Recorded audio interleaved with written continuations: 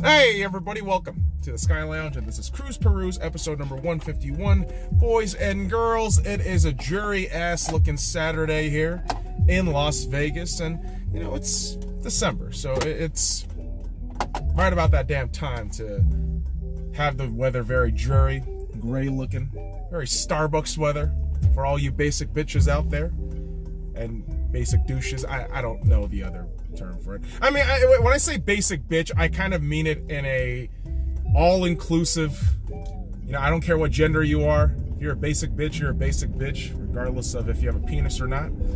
But, hey man, on this decent-looking Saturday, I gotta tell you what, man. Tired. I'm fucking tired. For those of you who tune into this channel regularly, you will know that I talk a lot of sports ball. I do talk a lot of sports ball because it's fun, man. I love talking sports. I think the many points and arguments that you can make with sports is what makes it very fun amongst the fans. I mean, you can get into all these fun arguments, right? Like who's better than what era of player is better than what, which era of player, all that fun argument. But I think the NBA, you know, basketball is one of those sports where people are so stuck in the recency bias. It's absolutely insane to me. And I'll tell you what, man, there are NBA fans out there who, quite frankly, don't know the history of their own team or, you know, the history of the league. And each and every time I have to remind people that, hey man, the Lakers-Celtics rivalry saved the NBA. People scoff, people laugh. And it's a bunch of these fucking millennials and all these fucking younger generations that don't understand that through the bloody fucking rivalry of the Celtics and Lakers in the 80s, that the NBA got to this kind of global presence and level, right? I mean, you have to think about it. Magic versus Larry, that was the shit. I mean, listen, man, I wish I was alive back then to see those two go at it. That would have been fucking awesome. But you know, the Lakers-Celtics rivalry has been around for quite some time. And the whole thing is, you know, the last time those two teams faced each other was in 2008 and 2010. It's been a long, long time. And I've been saying this for about a year and a half now, just about, that I believe in 2020, the NBA Finals will be the Boston Celtics versus the Los Angeles Lakers. I said that in July 2018. And the curious thing is, right now, I mean, based on trajectory for both teams, it looks like it's more than likely going to happen. And I hope it does. I hope it does. And when that time comes, hopefully, the Lakers have the testicular fortitude, aka balls, to take care of business. But listen, man, whenever I make very bold comments sometimes about certain NBA teams, feathers get ruffled. I understand that. Like what I said about the Portland Trailblazers, they are a perennial loser that hasn't been relevant, or really won, since 1977, right? Remember back in like the late 90s, they had Scottie Pippen. It just never worked out. But yeah, man, I try to catch up on, you know, teams' history and teams' you know, marks here and there throughout even the last few years, right? I mean, beyond the decade mark, there are certain teams that they just suck ass no matter what happens. And this is where I want to talk about the New York Knicks. Okay? So, a very exasperated segue to get here. Oh boy, so the New York Knicks fired David Fizdale? And I know this was, a day or two ago, right? The news? But I gotta ask you, like, what the fuck is the point of firing Fizdale now? Like, what the fuck were you expecting with the shit-ass New York Knicks team? You guys have nobody but power forwards. Like, what do you expect things, like, what do you expect? Like, oh, we gotta get, over fucking 500? Like, do you understand how shit your team is? Like, James Dolan is such a fucking cancer of an owner and such a fucking ignorant moron that he can't see how fucking terribly he's killing off his own team. And there were rumors, shit circling about. I think it started from ESPN, like guys like Stephen A. Smith saying some dumb shit like, oh, Jason Kidd is a viable candidate for the Knicks job. All right, dude, let's lay some options for Jason Kidd. Hey, Jason, do you want to go to the New York Knicks where you're going to be working under a fucking owner who is a goddamn piece of shit and has really siphoned off his team and has continually malnourished this shit and will continue to be the fucking cancer in every aspect of the team? And you're probably going to have a tenure, probably a year and a half or 2 years, based on how well you do with the piss poor assets that was acquired via free agency, which just, oh my fucking god, it's a joke, right? It's a joke. Or Jason, would you rather keep your position as an assistant coach in the Los Angeles Lakers, where right now the Lakers are 20-3, have a very decent chance at making a run for the NBA Finals, or a deep run in the playoffs, with players like LeBron James, Anthony Davis, young budding talent, and Kyle Kuzma, lots of great pieces all around? And would you rather go to New York or stay in LA? I think that's a no fucking brainer. It's just a fucking no-brainer. Why the fuck would you go to the Knicks? Like, hey man, would you rather have fucking pancakes or get your balls ripped off? What? Fucking give me the pancakes, please. Why the fuck would you go to the Knicks? That is basically like getting your balls yanked off with fucking tweezers. Oh my god, dude. The Knicks are a fucking joke, man. They are a goddamn joke. And just... it baffles me how many fucking Knicks fans are so arrogant about their own goddamn team. It's laughable and adorable and pathetic. Like guys like Fat Joe and Spike Lee. Like, what are you boasting about, dude? Oh, New York is the mecca of basketball. Stop! No, it's not. Stop it. It hasn't been the mecca since the 70s. All right? Back in what, 70, and then y'all won it in 73, is that right? Am I wrong? Could be wrong. But, Jesus Christ, dude. It's a pathetic fucking franchise. It really is. And they continue to just swirl down the toilet bowl. And I'm laughing my ass off because I have a feeling that no matter how poorly they do, I don't think they're going to be in the top 3 draft pick running. I just don't think they are. I mean, I hope, RJ Barrett, the young draft pick from this year, does really well. That's really what I'm hoping for that kid. Repping out Team Canada, and Canadian players have been making a huge fucking rise. It's been a meteoric rise for Canadian players, and I hope he succeeds. But you're in the Knicks, man. I don't think success is a synonymous term with the Knicks. It's just not. And I'm not sorry about that. Like, why the fuck would I be? Like, what the fuck? At least you have the fucking Yankees. Right? You have the fucking Yankees, so whoop-de-doo. Unless, of course, you cheer for the Mets, which, like, I've never been to New York, so I don't know how that's geographically arranged in terms of fandom. So, if anyone cares to explain, go for it. But, oh boy, the Knicks are just a fucking disaster. They really are. They're an absolute disaster. They make me laugh every goddamn time I see them on the court. Like, what the hell are you guys doing? Like, what? Why did you even show up today? It's a very good question, and something I'll never get an answer to. Much like how the Cleveland Cavaliers have been dragging themselves along the last few years. Oh, Cleveland! This is for you! Yeah, this hot L is for you. Jesus, Cleveland. So, talks are that Cleveland is willing to look for trade options and trade offers for Kevin Love. K-Love! Yeah, that Kevin Love, the fucking Minnesota Timberwolves K-Love. K-Love, who won a championship with the Cleveland Cavaliers, is,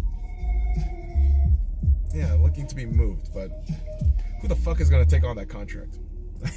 What team in the NBA is willing to take on that contract right now? I have no idea. I really don't know. Like, maybe the Knicks? Would the Knicks actually do it? I don't know. Probably. I wouldn't doubt it. Right? They send like Julius Randle or some shit like that. It's just... Like, there are bottom feeder franchises that continue to be bottom feeders, and you don't even wonder why. You just look at the shit they do, and it's like, oh, yeah, cool. Knicks. Cavaliers. Yeah. Hornets. Oh, God, Michael Jordan is a terrible owner. You're so negative!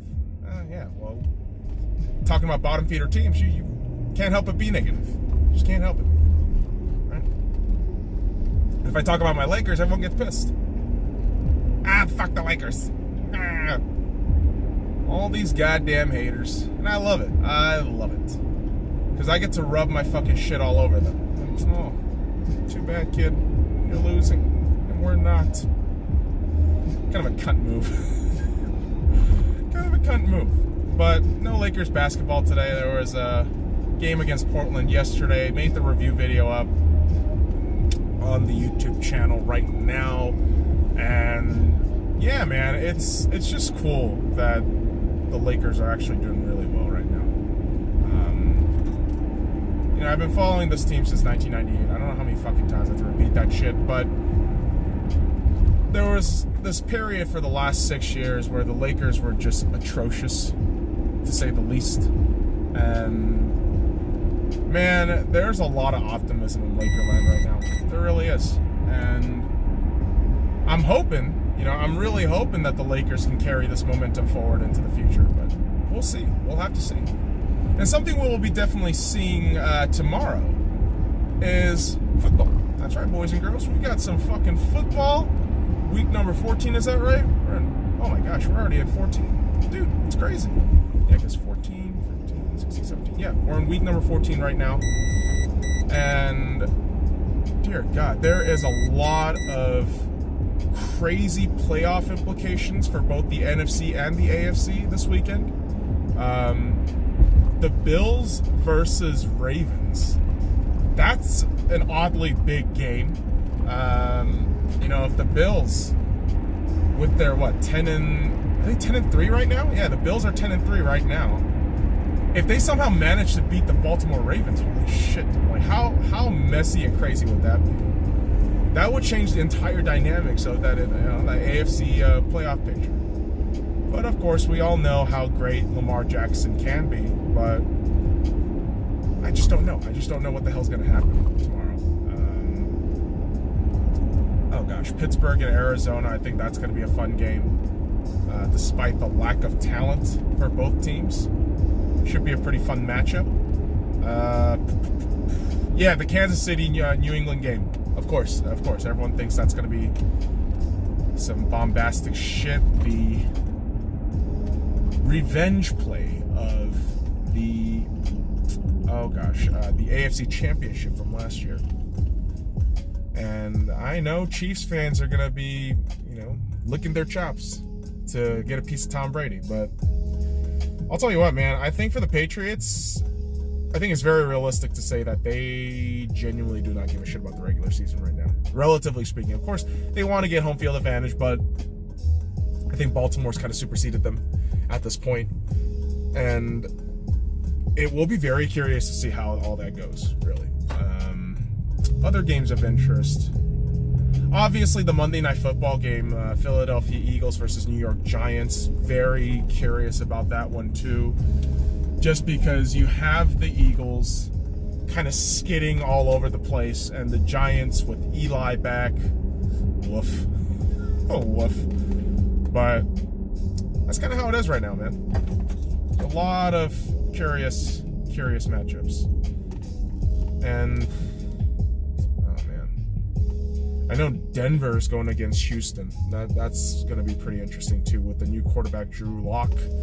But I believe Von Miller is out in the Denver game, so should be curious as to what Denver comes up with, especially against a offense led by Deshaun Watson, who everyone's nuts for. Of course, I understand. Oh gosh, what else is there? There's a couple of these like one-sided looking battles. The Detroit versus Minnesota game, which, I mean, if Minnesota doesn't win, it's just a fucking abomination. It really is. Minnesota continues, in my eyes, to be the team that will be perennial fucking chokers. They just are. I mean, they always have an opportunity, but always shut the bed somehow. And you got Dirk Cousins. And I don't really give a shit if Kirk had a decent run of games. When it actually counts, he's not there. He's just not. And, sometimes clutch genes are hard to find. It is, man. I mean, you can't just find clutchness. It's not a statistic that you can measure. It's just not the way it is, man. But when you have somebody who's clutch in your organization, you embrace that person. You accept them and just be happy that they're yours and nobody else's. Like Russell Wilson. So Russell Wilson and the Seattle Seahawks will be taking on the LA Rams in Los Angeles, the Coliseum, where, let's be real, folks, that's not the Rams' home. The Rams are basically homeless at this point. That's not going to be a fucking home base, okay? And you really fucking think that place is owned by the Rams? No. The Coliseum is owned by Pete Carroll. Yes. Especially with his tenure with USC, which I don't really follow college football, but I know USC has fallen on hard times. But let's be real here. Pete Carroll revived and resuscitated that program and made them legendary. Back-to-back national titles. Just incredible what they were able to do. But that venue is just not the same anymore. It's just the fucking dead spirit of great stars of old. The Rams, I don't know, man. Like, what do you want me to say about the fucking Rams? The Rams suck ass. They're just shit. Like, I can't believe people rated Jared Goff so highly. I never understood that shit. Dude is a bang average or mediocre system quarterback. And honestly, he's not even that good. Give him opportunities, he shits the bed. And I hope tomorrow, for Seattle's sake, they beat the shit out of the Rams. I hope it's a fucking 20-point game in favor of the Seattle Seahawks, where Jared Goff and those fucking Looney Tune motherfuckers all get smashed in.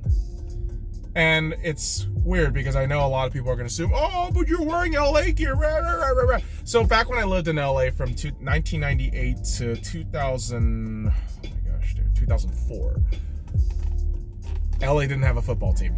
And I wasn't introduced to football. And in the playgrounds of Los Angeles, all you really gave a shit about was the Lakers, right? The Clippers were just kind of there. No one gave a shit about the Clippers. And I'll continue to say this as long as I breathe. The only teams that matter in Los Angeles is the Los Angeles Dodgers and the Los Angeles Lakers.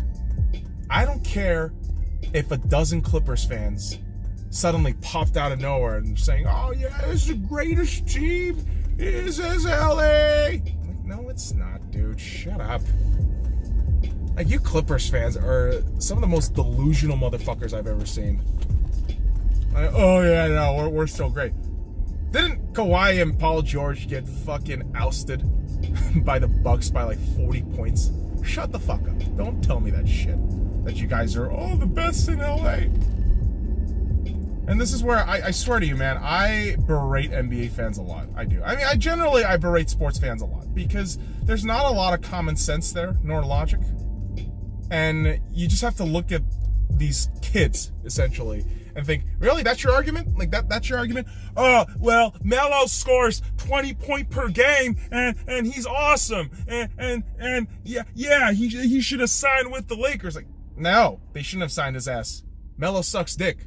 Like, Melo will continue to be the proverbial mediocrity that he always was in the NBA. If he went to China, like I've said for, I don't know, a year and a half now, it'd be a different story. He'd be getting his dick sucked off in China by all these women. And maybe dudes, I don't know. Take your preference, man. Goddamn, dude. Try to talk sense into people, it just doesn't work sometimes, man. It just doesn't. Because they will argue at you like, you're wrong, you're a piece of shit, fuck you. All right, man, just trying to talk some common sense, but sure, man, if you want to just deny that shit, that's fine by me. But such is the world we live in, right, boys and girls? Common sense is not so common anymore. And it's just a fun time we live in, right? It's almost very chaotic in every sense of the word. And I just find it hilarious. I just genuinely find it hilarious when you have people being apologetic and sympathizing for washed up players who have no business being in the league, where things have evolved and that said person will not evolve, i.e. Melo. And it seems like a very hateful shit that I'm saying, but let's be real, man. You think really Melo is going to win anything with Portland? You think Portland's going to win anything? Stop it. Stop it. Jesus Christ. Well, boys and girls, this drive has been very negative. A drive that has been full of negative comments because, dude, I can't fucking deal with goddamn apologists, especially apologists for losers. Like, stop, bro. Like, they're not gonna fucking win, okay? Stop giving me the fucking excuses. Stop it. Oh, he never had a good team. His game never changed. Melo isn't good. Jesus fucking Christ. But someone who is not really changing the game, but really just has just been a fucking awe-inspiring element in this season's NBA is Luka Doncic. Ladies and gentlemen, Luka Doncic is probably going to win MVP this season. I don't doubt it. If he stays healthy, I believe Luka Doncic will win MVP this year. Because this kid is doing something no 20-year-old has done. I mean, look at the way he balls. Look at the way he just fucking gets at it, man. And yeah, his defense is a little bit meh at times. But good grief. What a stud. Imagine if Doncic just develops a bit of defense and a bit of hops for those blocks. That would be some shit. I would love that. And it's funny because I am actually going to be headed to Dallas this weekend. Or actually next weekend. And got a game that I'm going to, the Miami Heat versus the Dallas Mavericks in Dallas. So hopefully my, oh my gosh, is it Slovenia? Or I think it's Slovenia, his country of origin, Slovenia. If it's Slovakia, I apologize. I know it's not Croatia, but I'm going to have his international jersey hopefully mailed in before. Oh, Jesus Christ, you fucking asshole. Why are you driving like a fucking cunt? Hopefully that jersey comes in and we should be good to go. Repping out good old Luka. Boys and girls, I'm going to go ahead and end it here. Follow me at the Sky Lounge and all the links in the description below. Like, comment, subscribe for more daily contents. Now fuck off.